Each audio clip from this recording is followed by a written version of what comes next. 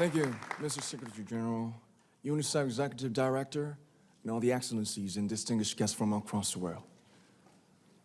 My name is Kim Namjoon, also known as RM, the leader of the group BTS. It is an incredible honor to be invited to an occasion with such significance for today's young generation.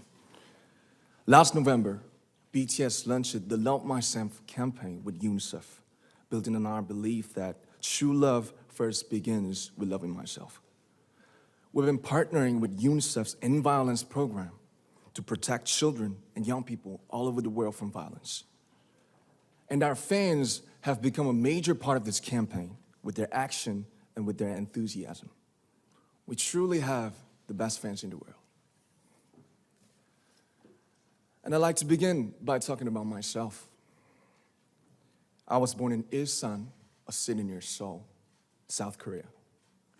It is a really beautiful place with a lake, hills, and even an annual flower festival.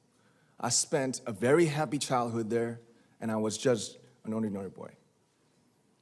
I used to look up at the night sky and wonder, and I used to dream the dreams of a boy.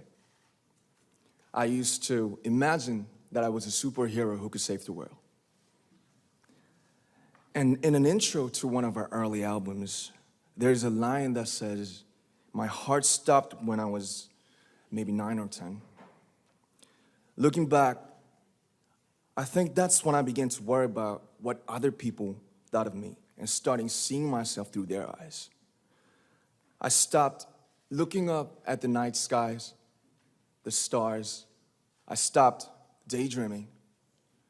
Instead, I just tried to jam myself into the malls that other people made. Soon, I began to shut out my own voice and started to listen to the voices of others. No one called out my name, and neither did I. My heart stopped and my eyes closed shut. So, like this, we all lost our names. We became like ghosts. But I had one sanctuary, and that was music. There was a small voice inside of me that said, "Wake up, man, and listen to yourself." But it took me quite a long time to hear music calling my real name. Even after making the decision to join BTS, there were a lot of hurdles. Some people might not believe, but most people thought we were hopeless. And sometimes I just wanted to quit. But I think I was very lucky that I didn't give it all up. And I'm sure that I and we will keep stumbling and falling like this. BTS has become artists performing in those huge stadiums and selling millions of albums right now, but I am still an ordinary 24-year-old guy.